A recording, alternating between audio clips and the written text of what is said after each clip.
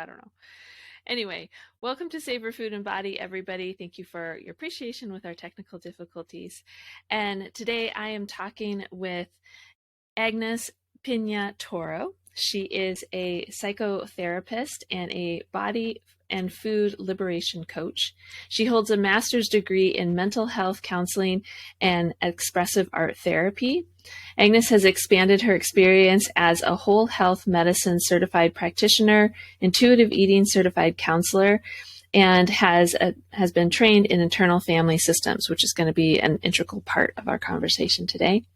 As a trauma-informed therapist, Agnes utilizes the frameworks of body trust, polyvagal theory, and health at every size.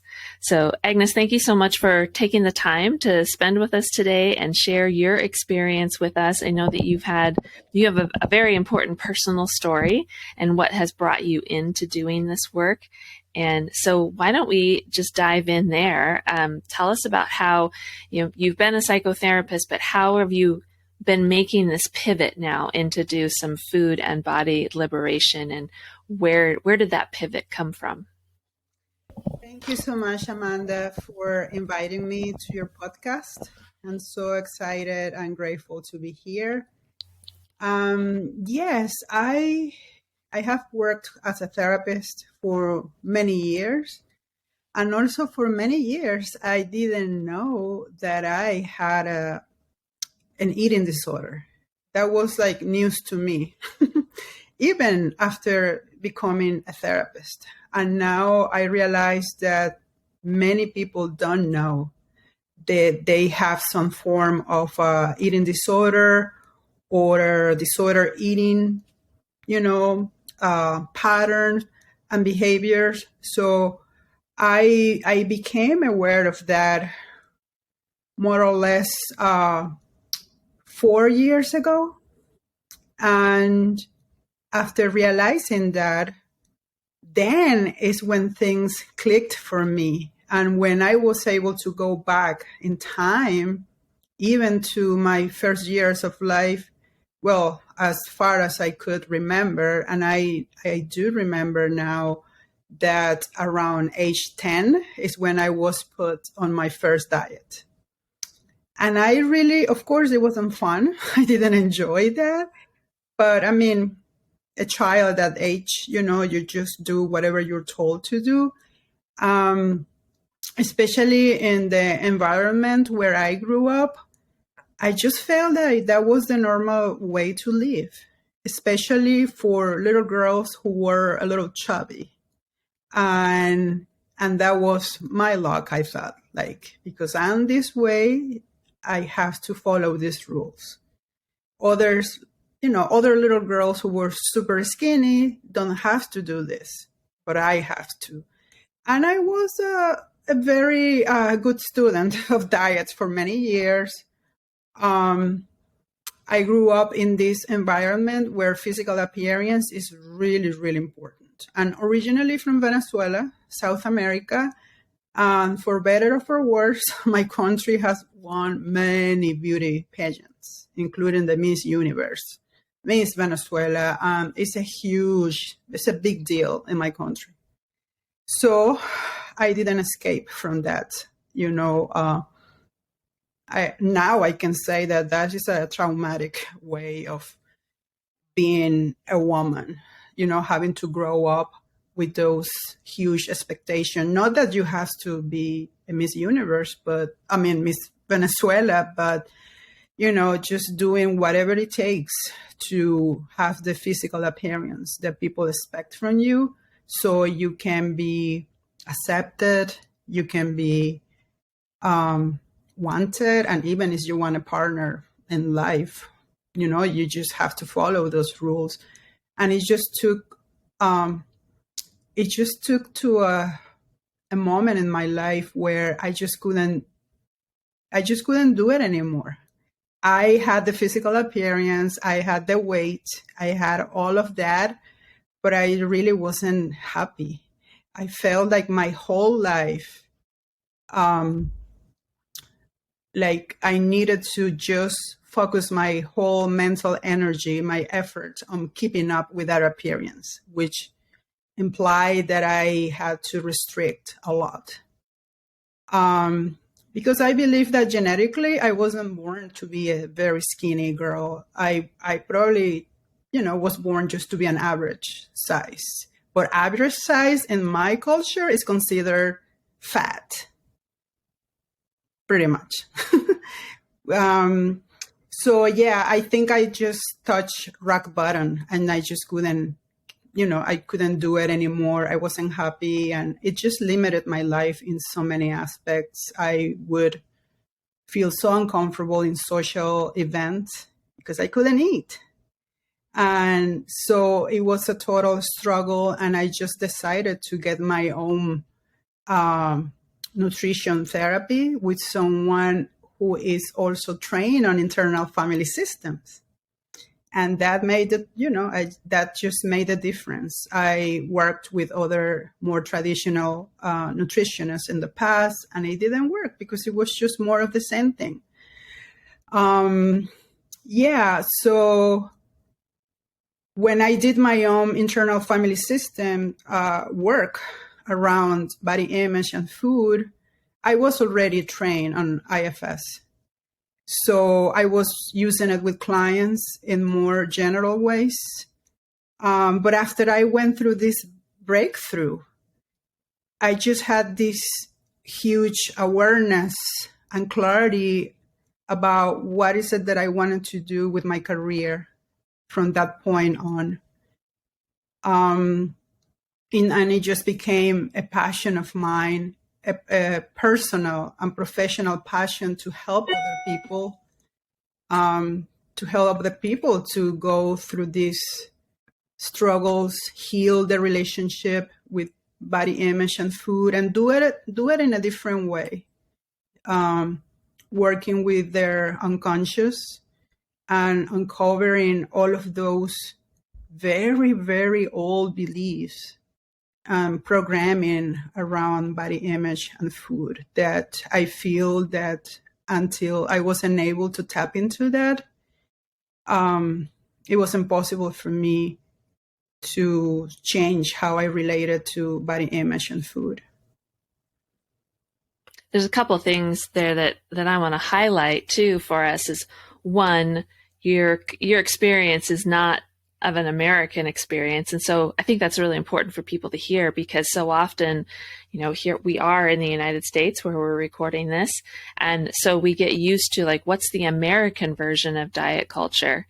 And we forget that it's actually a global thing, and different cultures have their different version of, maybe thin is the pretty, or thin waist, big booty, or small feet, or, whatever it is for any culture throughout the world. And I think that that's really important for us to highlight too, is that it's not just an American problem. Mm-hmm. It's not just a Western culture problem. And this whole, how we're taught to relate to our bodies, how we're taught to be accepted, what our looks need to be accepted in our culture is a global thing. And it might look a little different in each culture, but the concept of your body is not okay unless it looks this way is universal. And then how that relates to our food. And I'm so glad that we're having this conversation today, because in my work, I often pair with therapists, to help our mutual client. But one of the things that I think, and internal family systems has come up in our work too, but one of the things that I think makes you unique, and why I wanted to have this conversation today, is because you had that personal story and you had that breakthrough moment. One of the things that I find in my work, and that the therapist, maybe they're working on the internal family systems piece, but there is still a disconnect about that food and body part.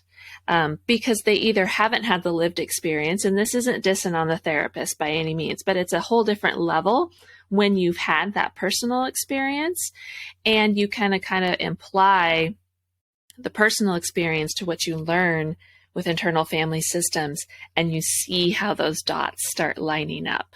You've had the experience and the clarity of like, oh, this is what I learned through diet culture. This is what part of me learned X, Y, and Z from diet culture. And I think that that just, like you said, it's a breakthrough. It just really wraps the everything tightly up in a little bow. Makes sense. And for me as the nutrition therapist, if I was working with a therapist who has that background like you're describing, it would make so much difference for the client, because in a way then they would be hearing both the parallel conversations, but they would be parallel. Sometimes in my work, it's almost like, and I've had conversations with the therapist saying, well, this is how this is relating to food and body. They might be working on the trauma or the relationship piece and all of that, which needs to be addressed in their scope of practice. And unless they've had their own personal experience, they may not see how that's overlapping for the client with food and body, which is why we collaborate care. So I just love that you bring that unique piece to your work in helping your clients, and that you did the hard work yourself or still doing it. I mean, it's an ongoing practice, right? Because we live in diet culture every day. I just wanted to add to that sadly, most of us mental health counselors, we don't learn anything about eating disorders. We don't. The fact that someone is a therapist, that doesn't mean anything. That doesn't mean that they know about any of these issues. I mean, there are so many different areas in psychology, right? It's like doctors. They have to specialize. I mean, primary care doctor and family doctor, internalist, they do know about everything in general, but they wouldn't go ahead and give you a specific treatment for your liver, knowing that their patient can go to a liver specialist. And they have to study for, I don't know how many more years to become a specialist on just that area. I think in the same way, therapy should be like that, but it's not that. It's not required to become a specialist on anything. It's not a requirement. So, and many therapists avoid to work with people who have eating issues. At least they recognize that they're not really prepared to do that. So I did have to go through so many trainings on my own to learn about it. I just wanted to, maybe you were already aware of this, but just in case for someone who is listening to the podcast, someone who is considering find a therapist, just make sure that this person actually has done extra trainings and even better if eating disorder has become their specialty. Agreed. And it's the same with nutrition therapy and nutrition counseling too. As dietitians, we maybe had a day, 2 days on eating disorders, like more of, I would say they were more awareness lectures around like, hey, this is what they are, be on the lookout for this, and then refer out because it's a mental health thing. That's what I was told in my graduate program. But to your point, well, great, who am I going to refer it to? Because the therapists haven't specialized in it either, unless, they had a similar story to yours going, wait a minute, I think that this is an important part here, and I need to now go get extra training because I'm seeing it show up in my office and I don't really know what to do with that. Sure. Because I wasn't trained in it. It's the same with dietitians too. I mean, how many hours and dollars spent on continuing education to feel at least competent to be able to sit across from someone who is having challenges with food and body, and to understand, like we were saying, that intertwining between their relationships, their trauma, how their body has showed up in the world and moved through the world, and how their experience ends up relating back to food and body. And along those lines, I wonder if we can dive in a little bit to what internal family systems means for folks that aren't familiar.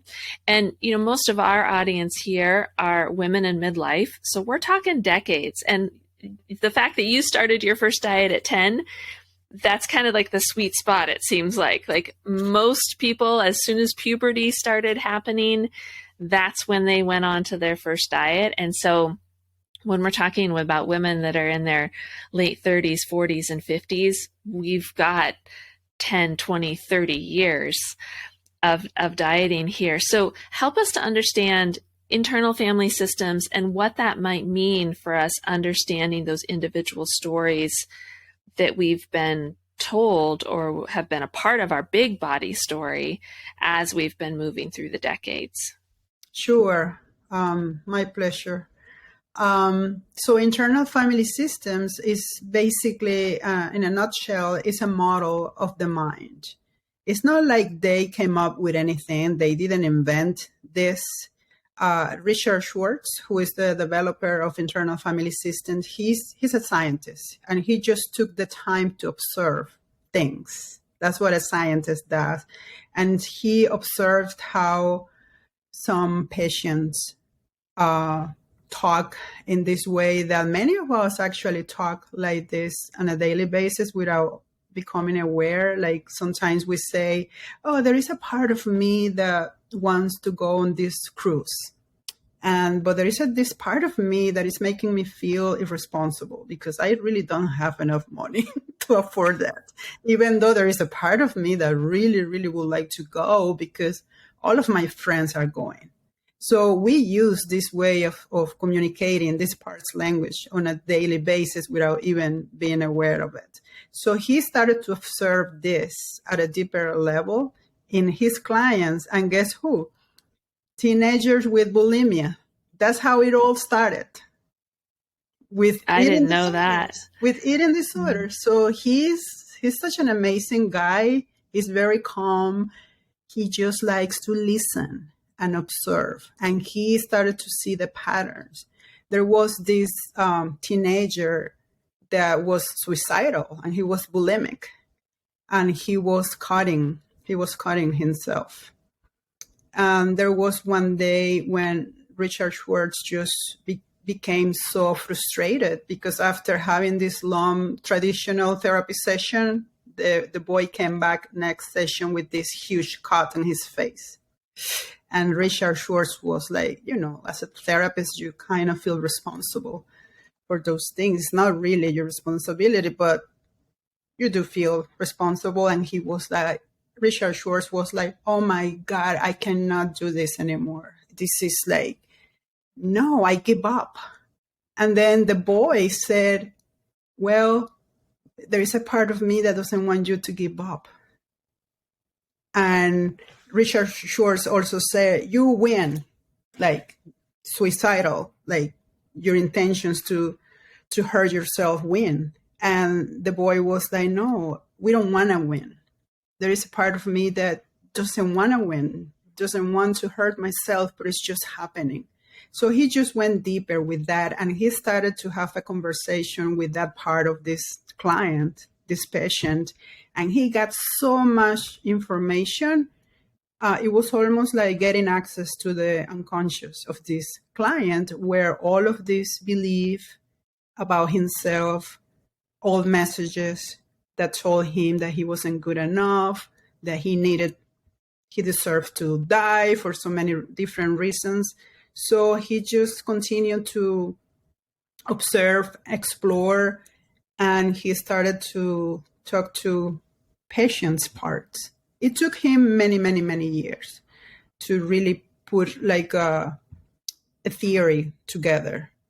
And then he also found out that even in Italy, many, many years ago, there were therapists, psychologists also aware of this. They were using systemic therapy actually was called in Italy. So the idea is that we do have sub-personalities that we call parts. So in the same way that we have different areas in our life, right? We have a relationship area, we have a work life area, we have a spirituality area. Those areas, if you think about it, they also have their own groups of thoughts. How do you feel about your work? How do you feel about relationships? Do you feel good enough to have a partner? Do you feel like you should have, as a man, for example, in this culture, you feel like you have to have a lot of money in order to deserve the love of a woman? So see, all of these collections of thoughts and emotions and well, mainly belief. They impact the way how we think and we feel and we behave in those areas. So the idea is that for us to do an exploration and go deep, deep into all of those beliefs, just go to the origin of everything and revise all of those beliefs. And also, really make a decision and see, are these beliefs really serving my life right now? Are they getting in the way of how I would like to live my life? Who put those beliefs in my head in the first place? Do I want to keep them or do I want to give them back? Especially one of the big ones in this area, that this topic of relationship with food and body image is the belief connected to body shame. Those are big, big, big. And like you were saying before, this is not just something, that you find in the US, that you find in one country. This is cross-cultural. And this is like a millennial issue. Like, this is like a legacy burden. That's how we call it. It's like a transgenerational trauma. How we have been treated as women for millennia. So many centuries ago, parents needed to make sure that the daughter was like this cute object or merchandise that needed to be offered to other families so they could marry the daughter. It's like also the objectification of women's bodies for millennials. So this is, even if people don't see it that way, they are not aware of that. But we're working also with transgenerational trauma. So with IFS, we are able to work on the current trauma. How the trauma is with food and body image is impacting life in the present. But we also have to do some work with the trauma that was passed down to us and how we separate from that, how we create distance. And even though we probably are not going to be able to disconnect from it 100%, it makes a huge difference just to have enough distance so you can also have freedom and choice in how you want to, eat and how you want to relate to your life. So in IFS terms, we call it, as much as we can, make decisions around food and body image coming from a place of inner intuition and self-leadership, like make self-led decision instead of decision based on fear, the fear of being rejected, the fear of being not being wanted, and things like that. So that's why I really love this model. It's not a model about fixing things through logic. It doesn't make sense. Who cares what they think about you? Emotions don't care about logic. And sometimes we're afraid of what other people are going to say about us because that's an emotional thing. And we have to talk to the emotions. We have to go there and have a conversation and say, where did you first learn that? Who taught you that? And how is that working for you? And how would you like to feel instead of living life always thinking about others and following rules imposed by others who never took you into account? I could talk about IFS for hours, but I'm just going to pause here and let me know if you have any other questions.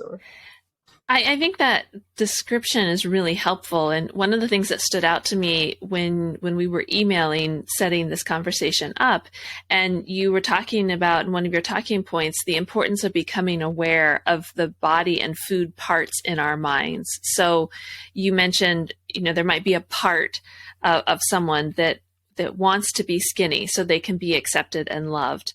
There might be a part of someone that hates the dieting, but still believes that that's the only option available, again, so they can be accepted. And then there could be another part that was traumatized as a kid by her body being criticized by parents and the culture at large. So I want to put you on the spot for just a minute, if that's okay. And if you think about your own story, Mm-hmm. maybe we could use that as an Mm-hmm. example of just explaining how this internal family systems, this parts work, could play out within that food and body piece. Yeah, that's a great question. I think for me, the disruption between my relationship between myself, my inner self, who I am at the core, and my body started with this part that was created around age 10, this body shame part that was created as a result of the messages that I started receiving around that time. So at age 10, I was a very, I would say, like a creative, free kid. I wasn't thinking about anything until my dad told me, um, you need to lose some weight. You have, I don't know, you have a small belly or something, and you need to be skinny. I wasn't used like I was a child with a lot of muscle and a strong woman, and I was a strong girl with a lot of muscles, and I did have a small belly like many girls, but that wasn't acceptable for my father. And he said, so it was like two messages in one. You need to lose weight, you need to be on a diet, and if you ever want to have a boyfriend or a partner, you need to do that too. So double dipping. So then suddenly these new thoughts started to be in my mind for the first time. Like I was like, what? Oh, I didn't know that about myself. So I started to believe. So this is a new belief that became part of my belief system, that there was something wrong with my body. My body wasn't okay the way it was. And I needed to change it so other people could like me, and especially a partner. I mean, I wasn't even thinking about that, but that was just put in my mind, patriarchy. And so that was the creation or the development of my body shame part. And for many of the women that I have worked in the past, I also have observed that. It wasn't even about the food, it was more about using food to serve these body goals. Because if I would have been like a very skinny girl with no belly at all, I don't think my parents would have even cared about what I ate. You see the difference? So then food had this function to help me to reach these goals of, body image goals, which was, just have a flat belly pretty much. And that was the only issue that they had with me. It was just my belly. So that was my part, was created around that time. And it just progressed into, my teenage years, young adulthood years. It just became bigger and bigger and more solid and more intense with more thoughts, behaviors that were developed just to support the goals of that part that was just to be as skinny and good looking or whatever it was needed just to be wanted and accepted and appreciated and celebrated and things like that. And then after that, of course, food parts also came up. There was this restrictive part when I was put on a diet that was developed. And this part made me eat less and ignore my hunger and my fullness signals, because now the diet was in charge. And I liked sweets at that time. I have a sweet tooth. But I feel like my desire for the sweet became much bigger, more intense because of the restriction. And whenever I could, put my hands on some sweets, I will just hide them and save them for later, and I would binge. Sometimes on the weekends or whenever I just couldn't take it anymore, following the diet. So see, now you see three parts already: the body shame, and then the restrictive part, and then the binging part that I call it the rebel, because it's almost part of me that was like, why everyone else can eat this sweet? Why my brothers are allowed to eat the sweets, but not me? So I'm just going to eat the whole thing now that I have them. And then there was another part that came up, which was the guilty part, because I felt bad about doing that, hiding to eat the sweet. So, okay, so there are already like 4 parts there. And I have observed at least 6 parts in myself and doing the work with other people. I did try to purge, but it didn't work for me. I tried a few times and I was like, no. So, but that could be another part that is very solid for many people, the purging part. That's another strategy that it really helps with keeping off the weight. I just remember Princess Diana had that part, very intense. You can see it in the Netflix show, The Crown. And I just feel so sad for her when I just saw that. So that didn't work for me, but that's a part very present in many people. All the rules of the diet culture that I had to learn, I had that voice in my head all the time, and I call that part the food police or the diet culture voice. So that's another part. There was also this inner critic part that was criticizing me when I didn't lose enough weight during a week, or when a dress that my dad bought me when I was 12 didn't fit. It's a shaming part too.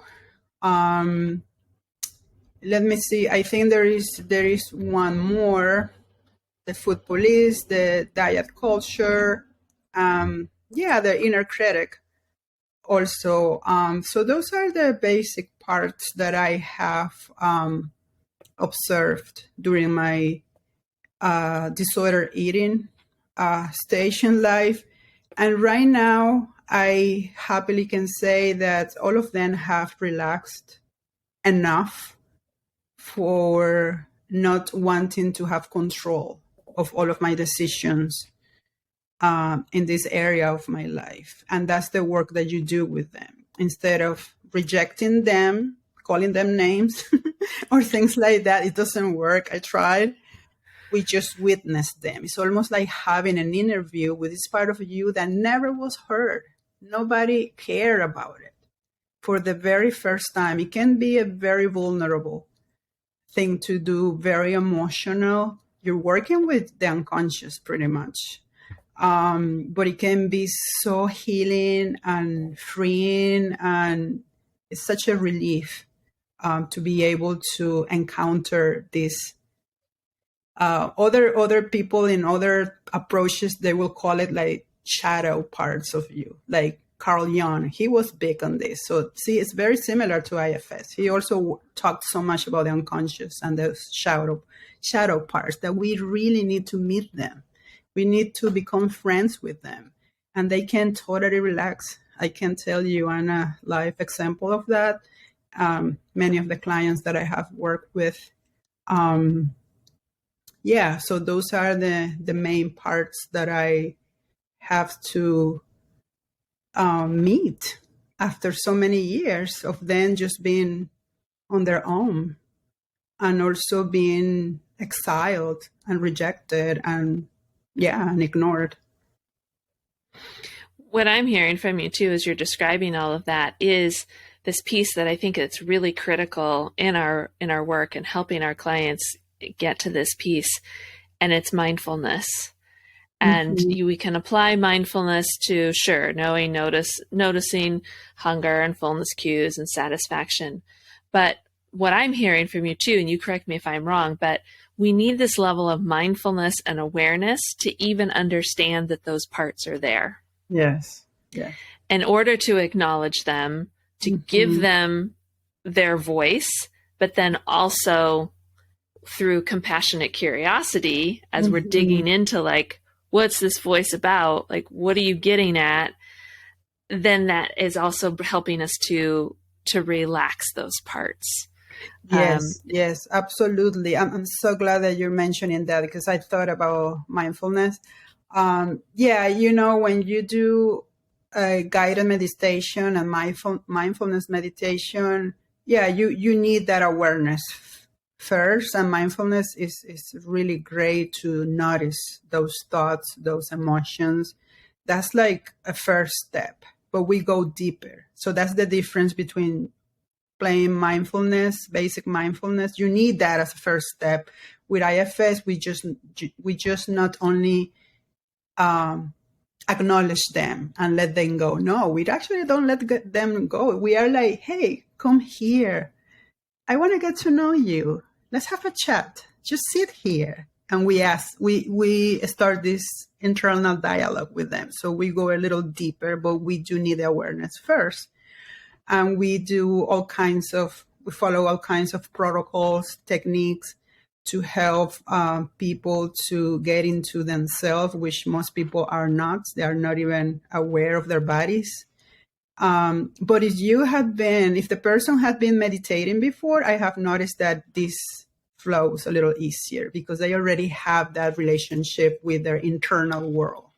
But someone who hasn't meditated before, I mean, they still can do it. They can find those parts, but it can take a little longer. But everybody can do it if they want to. They have to be curious, like you're saying. Yes, curiosity is such a great quality.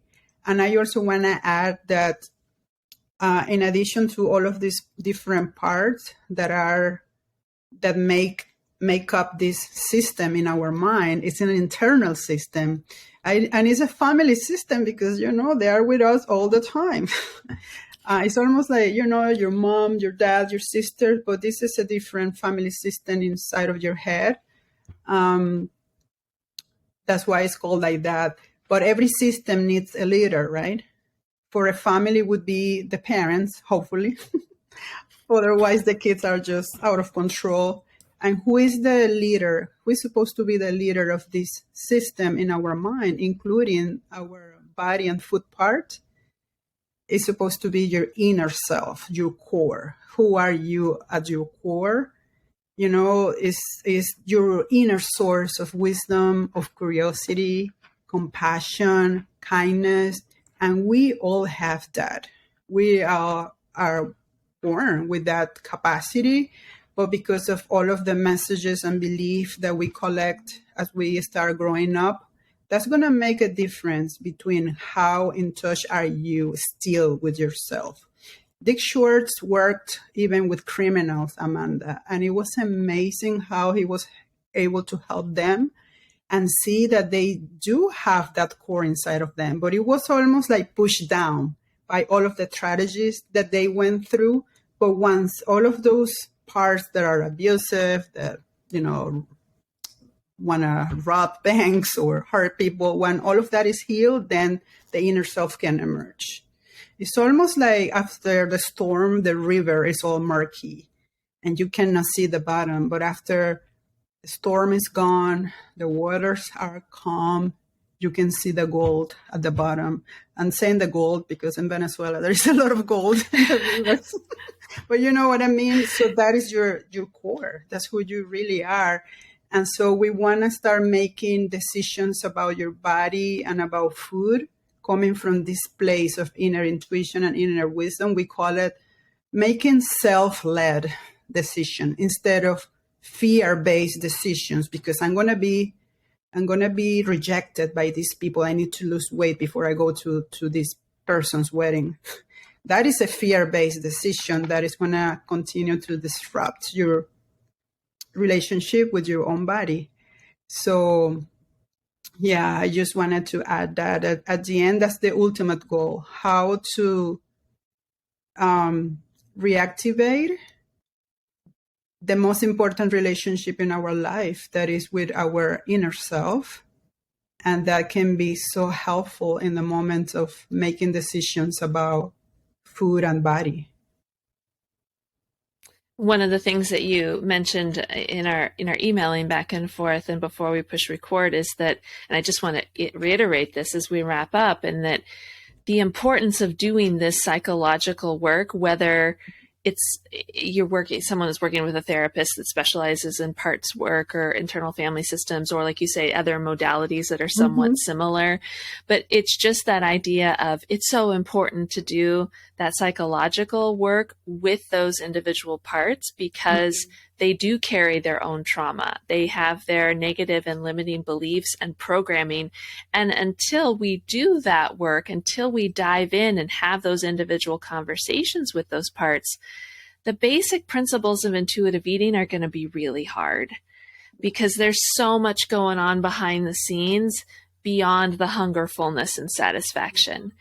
And so, for folks that are listening, if someone feels like maybe you've been practicing intuitive eating for a while and you just feel like it's just hard, like keep getting stuck, or you keep getting feeling like I'm doing this wrong, consider what Agnes is saying here, and that you may need an additional level of help and if you're not already seeing a therapist, consider seeing a therapist who works with internal family systems and has experience with disordered eating and working with people that have a relationship with food challenges. And that really might help makes intuitive eating make more sense in your lived experience if it feels like you're kind of bumping up against a wall. Is there anything else you'd like to add, Agnes, of like, if people are feeling stuck with their intuitive eating practice or their relationship with food and body, even if they've been trying to undiet their life for a while now, but they still keep getting stuck? Is there anything you'd want to add to that psychology piece? Yeah, you're totally right. And I'm so glad that you reminded me of that point. Yes, I actually have clients that in the past, they had been stuck. The first principle of intuitive eating is tough. It's almost like asking someone to change their religion or get rid of one of your arms. Pretty much. Absolutely. It's like, what? Are you asking me to stop dieting if this is the only thing that has given me a structure? Or I don't know. It's just what has been keeping me away from, or preventing me from becoming obese or something like that. So the first principle is really, really tough.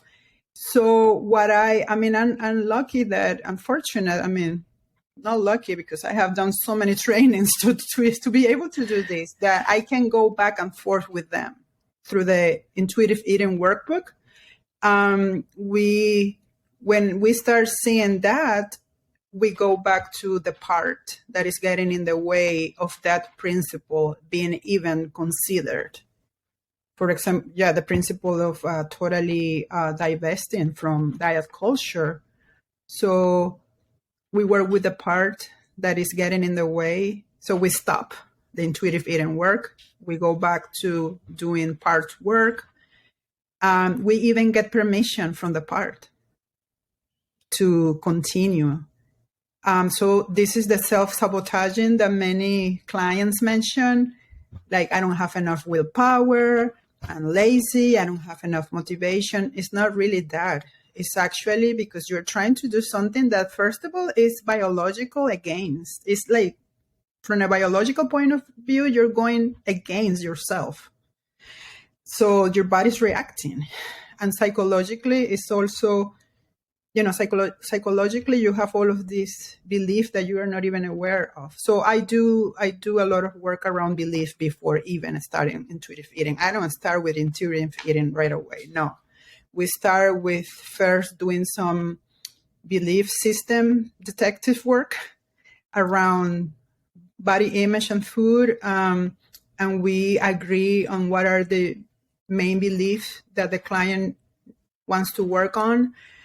How we work with the belief is through the part And then when the parts are relaxed enough, we don't want to wait a year either. We want to be doing some of the unlearning and healing, and also offering some of the new learning, which is the intuitive eating. So it's like a dance, because they also want to see some progress, right? Some changes. So we don't want to wait like 5 years just working on parts, because nobody is going to wait that long. So we do this dance and we see how much space the parts can give us. And yeah, that's the self-sabotaging and the resistance. So that's what we do. And we also, I didn't mention this to you before, but I also use advanced integrative therapy that focuses specifically on belief systems, and it goes hand in hand with IFS. IFS could be, enough for some people, but there are other people that their belief, oh my God, Amanda, they are so ingrained. So it depends. So then I take this other card out of my bag. Okay, now we're going to go even deeper with the beliefs. So AIT uses the different energy centers. So we go through all of the energy centers while repeating phrases that hold or capture these beliefs. We help the nervous system to become calm and slowly disconnect from these beliefs. But yes, resistance and self-sabotaging is something that I keep in mind. I know it's going to happen. It has to happen. I actually prefer that they show up sooner than later. But yeah, that is really important to do during this journey. So if people wanted to learn more about the work that you do with clients or group programming you have going on, where would you like to send people, Agnes?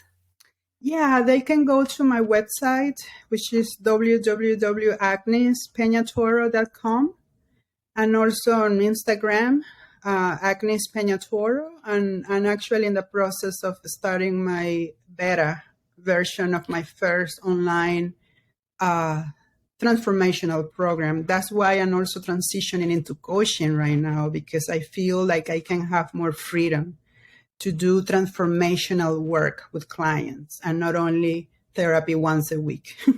I usually work with people who are more hands-on, and they just don't want to talk once a week and then bye-bye, see you next week. But as you do, I mean, at the end, you don't want to become dependent on your coach or therapist. You want to really internalize all of these new ways of relating to yourself. And many clients just start to do the IFS dialogue with their parts naturally in their minds, but it requires some practice in between sessions. And that's what I want to offer my coaching clients. And I want to create a community, because I totally believe that people heal better in community. I work with more high functional people. They are a good fit for coaching. If they are not ready for that, they can work with a therapist first for a while, or do it in conjunction. But yeah, this is like my baby that has been born. Soon it's going to be born, and it's a product of my own personal experience, what worked for me. I had to create my own program, because my nutrition therapist, IFS nutrition therapist, she's amazing. I adore her, and she's actually my consultant now. But it's not like I had something specifically that I could follow between sessions, and I love homework. Now I call it transformational activities. I had to research on my own. I found so many resources. I put it together for myself. And that's why I can say that my recovery was more or less quick because of that. Quicker than other people that takes, 5 years to be able to start making self-led decisions around body and food. So I'm going to post more information about that on my website, and they can contact me directly through my website. Great. We'll put links to all of that in the show notes too. And what a great opportunity to maybe get involved in the program as it's just coming to being, and be able to Mm-hmm. work with you and give feedback, as another content creator to another. Like, we really appreciate when people, take that opportunity to help us continue to develop the programs that we so want to get out into the world, and have them help more people. So I'm so glad you were able to come on the show today, and thank you for being here and sharing your wisdom. We've not talked about internal family systems before, but it is a really integral part to this work. So thank you again for being here, Agnes. My pleasure, Amanda. Thank you so much for inviting me. And this is great. I just could talk for hours about this. It's just a big passion for me, and I think it has become my mission in life. And thank you so much for the opportunity.